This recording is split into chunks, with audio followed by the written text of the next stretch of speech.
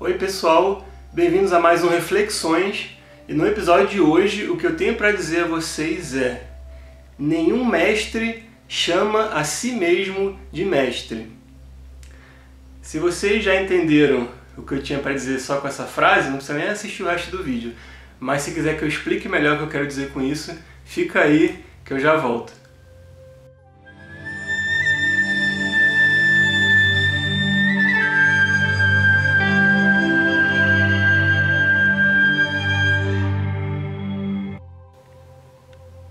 Bem, para explicar melhor o que eu quero dizer com essa frase, nenhum mestre chama a si mesmo de mestre, primeiro a gente tem que definir de que tipo de mestre que eu estou falando, né?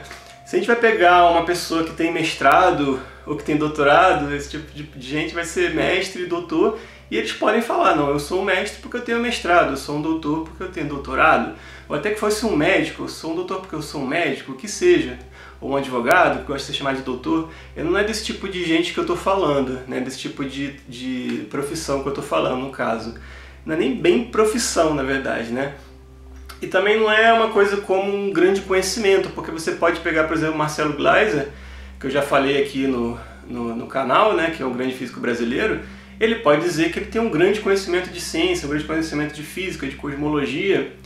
Alguém pode até chamar ele de mestre, de repente ele mesmo pode se chamar de mestre, mas quando ele fala assim, eu sou um mestre em ciência, eu tenho um domínio dessa ciência, ele não falaria isso, mas se falasse, ele estaria querendo dizer que ele tem um domínio daquele conhecimento, tá? E não é desse tipo de mestre que eu estou falando.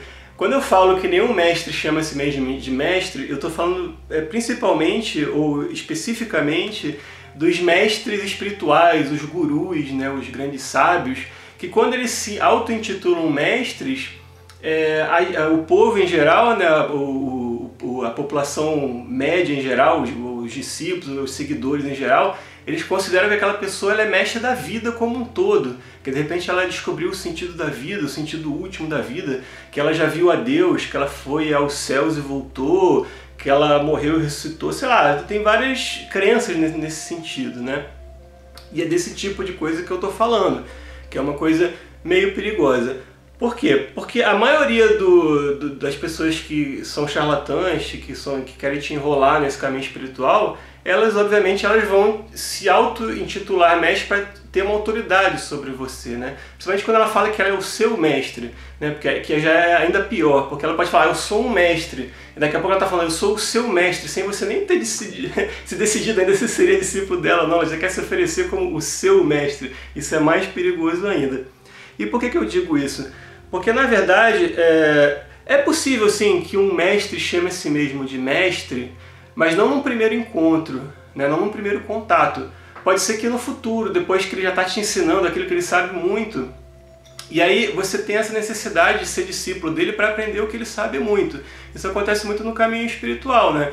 Então, por exemplo, um mestre de yoga, de uma das inúmeras yogas que tem lá na Índia, ele pode se dizer, olha, eu sou um mestre de yoga porque você é meu discípulo, você veio até mim, você decidiu ser meu discípulo, me aceitou como seu mestre, né? Eu não me auto-impus como seu mestre, você está aqui treinando comigo, aprendendo comigo há meses, e aí eu posso falar que eu sou o seu mestre enquanto você também não se torna um mestre, porque o objetivo de todo mestre verdadeiro é fazer do seu discípulo um mestre como ele, ou talvez ainda mais do que ele, né? Como já disse o grande doce Rabi da Galileia, né? Jesus de Nazaré, ele falou que dia virá que vocês farão tudo isso que eu tenho feito e ainda muito mais. Então o objetivo dele era fazer de você um Jesus como ele, né? um ser ascenso como ele, né? É óbvio que a igreja vai interpretar isso de outra forma, mas eu não estou falando aqui de igreja, eu estou falando de Jesus e dos seus discípulos. Quando ele fala que dia virão que vocês, meus discípulos, farão tudo isso que eu tenho feito e muito mais,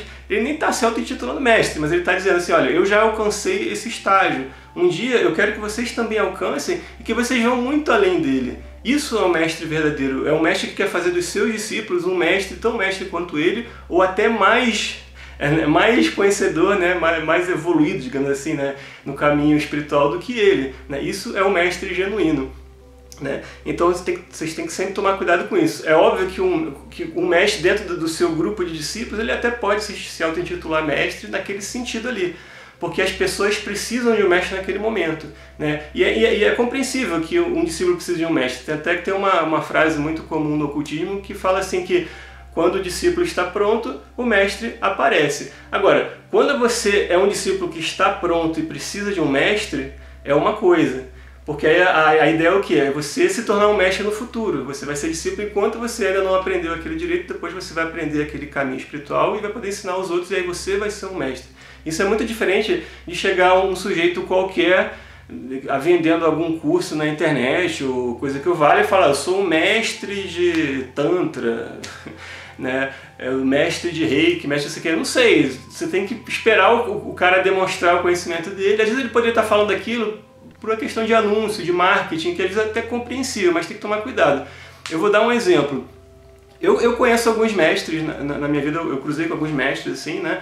Então eu posso dizer que o professor Hermógenes, aquele sujeito que trouxe a yoga aqui para o Brasil, né, que já faleceu, mas eu conheci ele ainda velhinho já, né? Já estava velhinho, lá no Teatro Vanucci, no Shopping da Gávea, no Rio de Janeiro, e eu posso dizer que ele é um mestre porque eu passei alguns momentos com ele e eu me senti realmente com um mestre, assim, é como se fosse uma aura, né?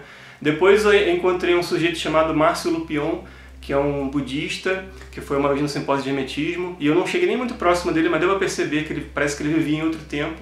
E o terceiro mestre que eu conheci, né, em vida, vivo, né, foi o Atmaji, que é uma espécie de guru indiano, né? Ele realmente mora da Índia, mas ele visita muito o Brasil. Ele também foi no simpósio de hermetismo do ano passado, 2018, estava lá. Eu ajudei até a trazer ele. Mas assim, por que eu considero ele um mestre? Também por isso, porque eu estive com ele, eu observei, eu convivi, e deu para perceber que ele parece que ele realmente atingiu um outro grau de vivência, né? Parece que ele está vivendo como se o tempo para ele passasse de uma forma diferente. É uma coisa meio até difícil de explicar, é como se ele vivesse um pouco mais na eternidade do que nesse mundo aqui de chumbo onde a gente conta o passar do tempo, né? E o que eu tinha para dizer? Ele roda o mundo, né, dando palestras e tal, e o objetivo dele é realmente fazer as pessoas se tornarem mestres como ele, né? E eu já tive a oportunidade de perceber isso porque teve até um jovem aqui da cidade onde eu moro, Campo Grande, Mato Grosso do Sul, que começou a ter algumas experiências assim de elevação da Kundalini, e algumas experiências que no início parece uma coisa meio esquisita, parece que o cara tá ficando maluco e tal, umas experiências meio loucas assim. E ele chamou o cara para ser discípulo dele porque ele percebeu, não, esse aí tem potencial, mas ele tem que ser encaminhado bem, porque senão ele vai ficar realmente doido, né? Porque aqui no Brasil a gente não tem muito esse encaminhamento para o despertar da Kundalini, né? E na Índia eles fazem isso de uma forma mais efetiva e mais séria realmente. Então ele realmente quer formar mestres, tá? E o que aconteceu? Tinha um banner de uma palestra que ele veio daqui, chama Satsang, né? Como se fosse uma palestra de algumas horas, de um dia à noite. E no banner, né, do cartaz sobre o Atmaji, falava que ele era eu nem lembro o que tinha no banner, mas falava que ele era quase como se fosse um ser iluminado, uma coisa assim, um mestre. Aí eu lembro que eu olhei para esse cartaz e falei, pô, exageraram um pouco, né? Esse marketing está um pouco exagerado, mas era para trazer o público, né, para conhecer ele. E quando ele entra na sala que ele vê esse cartaz, né, e ele percebe que está um pouco exagerado, ele olha para o cartaz e fala assim, this is bullshit. Isso é besteira, sabe? Tipo, eu não sou esse cara, eu sou esse cara aqui que vai passar a minha experiência para vocês, entendeu?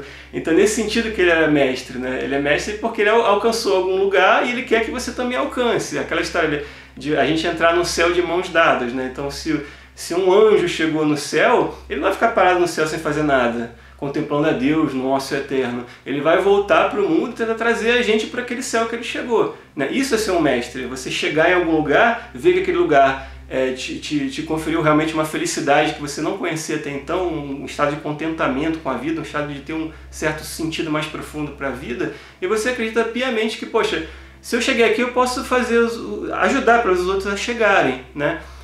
Mas é aquela história, você pode chegar lá, pegar os outros pela mão, levar até a beirada do mar, né? Mas você não pode mergulhar por eles, é cada um que tem que mergulhar por si e aprender por si só. Então, o mestre, ele pode ser mestre para você enquanto você é um discípulo dele, até o momento que você chega na beirada do mar. A partir do momento que você mergulha, aí você tem que ser o seu próprio mestre, e depois, saindo do mar, trazendo os outros, você vai ser mestre de outros discípulos, entendeu?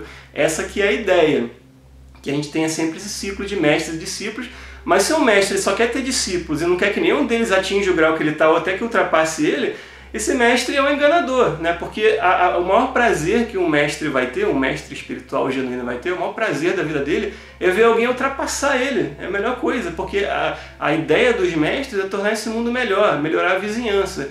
E se você chegou num patamar, mas de repente outro cara chega além de você, o que isso quer dizer? Que o mundo vai melhorar ainda mais. Então é melhor para todo mundo. Então a ideia não é que você seja o maior mestre de todos, a ideia é que você ajude a vizinhança toda a se elevar junto contigo e todo mundo caminhe junto rumo ao céu, né? Rumo a algum lugar melhor do que a gente está hoje, né? Então é isso que eu tinha para dizer sobre os mestres. Então não confie num sujeito que no primeiro encontro contigo, na primeira oportunidade de contato, ele já se auto-intitula mestre, né? Tem um pé atrás com esse tipo de gente. E na volta eu vou trazer um texto do Khalil Gibran, o grande poeta do Líbano, que eu traduzi um livro dele chamado Profeta. Eu vou trazer um texto onde ele fala sobre os professores e o ensino, que também tem um pouco a ver com o que eu falei aqui. Já volto. Então aqui é um trechinho do Profeta, que é a obra-prima de Khalil Gibran. Vamos lá. Então lhe disse um professor, nos fale do ensino. E aí o personagem que sempre responde as perguntas, né? Responde. Homem algum poderá lhes revelar nada além do que já se encontra meio adormecido na aurora do que vocês já conhecem. O mestre que caminha à sombra do templo, junto aos seus alunos, não doa da sua sabedoria, mas antes da sua fé e da sua compaixão. Se ele é realmente sábio, não lhes convidará a adentrar na mansão da sua sabedoria, mas antes deverá lhes guiar até o limiar de suas próprias mentes. O astrônomo poderá lhes falar de sua compreensão do espaço, mas não poderá lhes doar essa compreensão. O músico poderá cantar para vocês seguindo ao ritmo que existe em todos os espaços, mas não poderá lhes conferir o ouvido que capta a melodia, nem a voz que a ecoa. E aquele que é versado na ciência dos números poderá lhes falar do mundo dos pesos e das medidas, mas não poderá lhes encaminhar até ele. Pois a visão de um homem não empresta suas asas ao outro. E assim, como cada um de vocês se encontra isolado na consciência de Deus, da mesma forma, cada um de vocês deve ter o seu próprio conhecimento de Deus e a sua própria compreensão do que jaz na terra. Palavras de Khalil Gibran, um mestre que não chamava a si mesmo de mestre. Um beijo e até a próxima.